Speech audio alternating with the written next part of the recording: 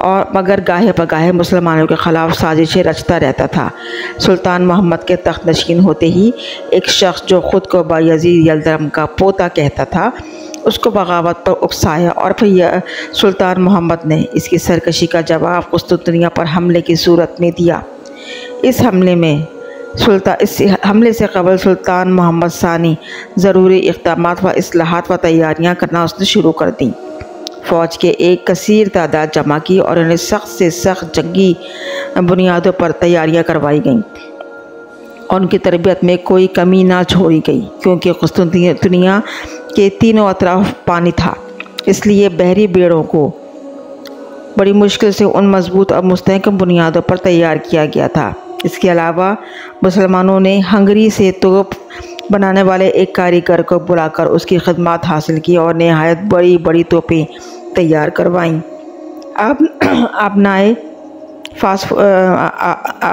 باسفورس سے لے کر مغربی کنارے تک ایک مضبوط ترین قلعہ تعمیر کروایا، جسے شہنشاہ قسطنطنیہ کو شدید تشویش کا سامنا کرنا پڑا اور اس کو شدید فکر میں مبتلا کر دیا۔ پھر اس نے سلطان محمد کے جنگی ارادوں کو جب اس کو بھنک پڑی تو شہنشاہ، جس کا نام قسطنطین تھا، اس نے سلطان محمد کو خطیر رقم کی پیشکش کی۔ اس حملے سے باز رہنے کی گزارش بھی کی۔ سلطان کی طرف سے مثبت جواب نہ پا کر یورپی امداد حاصل کرنے کی غرض سے روما کی خدمات کے لیے حاضر ہوا۔ پاپائے روما کیتھولک فرقے کے سربراہ تھے، جبکہ قسطنطنیہ کے لوگ آرتھوڈکس فرقے کے پیروکار تھے۔ شہنشاہ کی اس حرکت پر اس کی عوام شدید ترین غصے میں آ گئی۔ عوام کے کئی حلقوں نے یہ طے کیا کہ ہم کیتھولک پادری کے بجائے ترکوں کی اطاعت کرنے کو زیادہ فوقیت دیں گے۔ دوسری طرف یورپی حکومتوں نے اس کی خاطر خواہ امداد نہیں کی۔ دوسری طرف سلطان محمد ثانی اپنی دوسری مخالف ریاستوں سے صلح کر کے انہیں قسطنطنیہ پر حملہ کرنے کی غرض سے روانہ ہوا تھا، اور 6 اپریل 1453 عیسوی کو قسطنطنیہ پہنچے۔ اس فوج کا جذبہ ایمانی انتہائی عروج و دوام پر تھا۔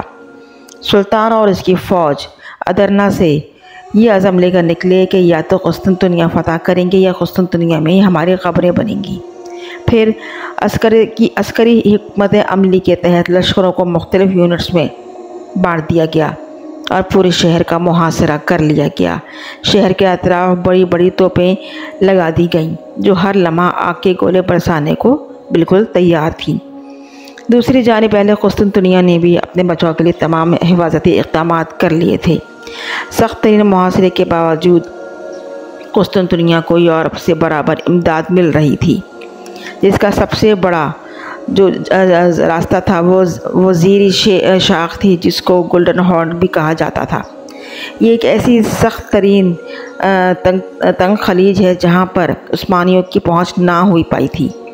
وہاں تک جانے کے لیے فقط ایک ہی راستہ تھا، جس کی حفاظت ایک بہت بڑی زنجیر سے کی جاتی تھی۔ عثمانی بحریہ جان توڑ کوششوں کے باوجود یورپی بیڑوں کے آمد و رفت نہ روک پائے۔ بظاہر تو اس شہر کی فتح ناممکن نظر آ رہی تھی، مگر پھر بھی اللہ تبارک تعالیٰ کے حکم سے سلطان محمد ثانی کو ایک ایسی تدبیر سوچی کہ جس نے اپنے عہد کے سب سے بڑے معجزے کو سر انجام دے ڈالا۔ بکتاشی بندرگاہ سے گولڈن ہارن تک کی خشکی کا فاصلہ تقریباً 3 میل تھا۔ سلطان نے حکمت عملی کا فوراً بدلتے ہوئے نئی حکمت عملی وضع کی اور فوراً اپنے جہازوں کو اس بندرگاہ کے گولڈن ہارن کراس کرنے کا حکم دیا اور کہا کہ اس کو وہاں اتار لیا جائے، مگر یہاں ایک گھمبیر مسئلہ بھی درپیش تھا۔ یہ راستہ ہموار نہ تھا بلکہ چھوٹی چھوٹی چٹانوں پر مشتمل تھا، مگر عثمانی فوج نے اپنی انتھک اور جانفشاں محنت سے اسے ہموار راستے میں بدل ہی ڈالا۔ رات کی تاریکی میں لکڑی کے بڑے بڑے تختوں کو تیل کی مدد سے بالکل چکنا کر کے ان پر بحری جہاز گزارے گئے۔ یہ تمام کام سلطان محمد کی نگرانی میں انجام پایا۔ اہل قسطنطنیہ جو خود کو اب تک ناقابل تسخیر قوم سمجھتے تھے، جب صبح ہوئی تو گولڈن ہارنز کے ساحل پر عثمانی جہازوں کی فوج دیکھ کر دنگ و حیران رہ گئے اور پریشان ہو گئے۔ یہ ایک ناممکن ترین کام تھا جو سلطان محمد کی فوج انجام دے چکی تھی۔ اس کارنامے نے سلطان محمد کو وہ سعادت عطا فرمائی جو ان کے جد امجد سمیت دنیا کے بڑے بڑے حکمراں فرما رواں انجام دینے میں ناکام رہے تھے۔ رومیوں میں ایک مقولہ تھا کہ قسطنطنیہ جب فتح ہوگا جب بحری جہاز ان پہاڑوں پر چلیں گے، جس کا مطلب یہ تھا کہ قسطنطنیہ کو ناقابل تسخیر سمجھا گیا تھا، اور اس مارکے نے رومیوں کو کافی حد تک مغلوب بھی کر دیا تھا اور ان کو اس مقولے کو ناکام کر دیا تھا۔ کامیابی کے بعد مزید جوش و جذبے کے ساتھ سلطان نے مزید حملے کی تیاری شروع کر دی، اور ان کا جوش کا یہ عالم تھا کہ عثمانی نہ تو خود سوتے نہ ہی اہل قسطنطنیہ کو سونے دیتے۔ توپیں دن رات آگ کے گولے اگل رہی ہوتی۔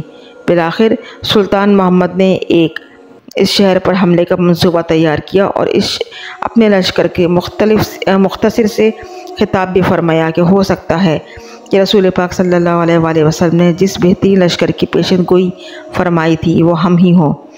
ہم میں سے کوئی غیر اخلاقی اور غیر اسلامی کام سر انجام نہیں دے گا۔ اگر ہم شہر فتح کر لیں تو کسی عام شہری، عورت، بچے، بوڑھے کو نقصان نہ پہنچائیں گے اور نہ ہی کسی کی عبادت گاہ کو توڑیں گے۔ دوسری جانب شہنشاہ قسطنطنیہ نے اپنے عوام سے تقریر کی کہ اگر میں اس جنگ میں مارا جاؤں تو آخری وقت تک اس شہر کی حفاظت کرنا اور عثمانیوں کے خلاف جنگ کی بازی لگا دینا۔ الوداع کہنے کے بعد قسطنطین نے جنگ کے لیے روانہ ہوا۔ بروز منگل 29 مئی 1458 کو یہ تاریخی معرکہ انجام پذیر ہوا، جس میں دونوں طرف سے جان ہتھیلی پر رکھ کر جنگ لڑی گئی۔ دونوں فریقین ایک ہی موقف پر ڈٹے ہوئے تھے، یا فتح یا شہادت۔ قسطنطنیہ کے سپہ سالار جسٹنیانی نے خوب عثمانیوں کا مقابلہ کیا، جس پر سلطان محمد نے بے اختیار کہا کہ کاش یہ شخص میرے لشکر کا حصہ ہوتا۔ ایک طویل جنگ کے بعد بالآخر عثمانی شہر میں داخل ہونے میں کامیاب ہو گئے۔ سلطان محمد فاتح شہر میں داخل ہوتے ہی سجدہ شکر بجا لائے اور سپاہیوں کو شاباشی دی اور خوب سراہا اور شہداء کے لیے دعا فرمائی، اور اپنے وعدے اور قول کے مطابق قسطنطنیہ کے باسیوں سے سلطان نے نہایت رحم دلانہ سلوک روا رکھا، اور اس شہر عظیم قسطنطنیہ کا نام اسلامبول یعنی اسلام کا شہر رکھا گیا، جو آگے چل کر استنبول کے نام سے مشہور ہوا، اور حالیہ استنبول اسی شہر عظیم کا موجودہ نام ہے۔ یہ اسلامی تاریخ کا ناقابل فراموش ترین معرکہ مانا جاتا ہے۔ اس فتح پر تمام عالم اسلام نے خوشیاں منائی تھیں۔ اس کے بعد سلطان محمد فاتح نے کئی اور شہروں اور ملکوں کو فتح کیا اور اسلام کا پرچم لہرایا، اور سربیا سے ہوتے ہوئے ہنگری تک تمام علاقے فتح کیے۔ ایک بار سلطان کو کچھ ناخوشگوار باتیں سننے کو ملیں کہ ولایت چار جیسے عثمانیوں نے بلاچیا کے حکمران جسے نامزد کیا تھا وہ باغی ہو گیا ہے، اور یہ حکمران اتنا سخت جابر بے رحم ثابت ہوا ہے کہ یہ لوگ اسے ڈریکولا کے نام سے پکارنے لگے ہیں۔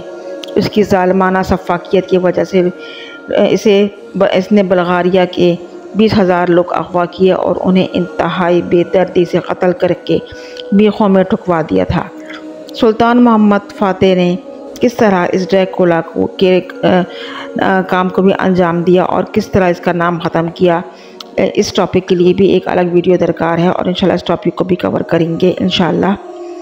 سلطان محمد کی فتوحات کے علاوہ انہوں نے تعلیمی اداروں پر، مدارس پر کی تعمیرات پر خاص توجہ دی اور تجارت کو بہت زیادہ فروغ دیا، اور ان کے دور میں سلطنت عثمانیہ کے سنہری ادوار کو ان باتوں کی وجہ سے شمار کیا جاتا ہے کہ وہ تجارت کے معاملے میں اعلیٰ پائے پر پہنچ چکا تھا اور ترقی یافتہ شہر بن چکا تھا اور علم و تہذیب کا گہوارہ بن چکا تھا۔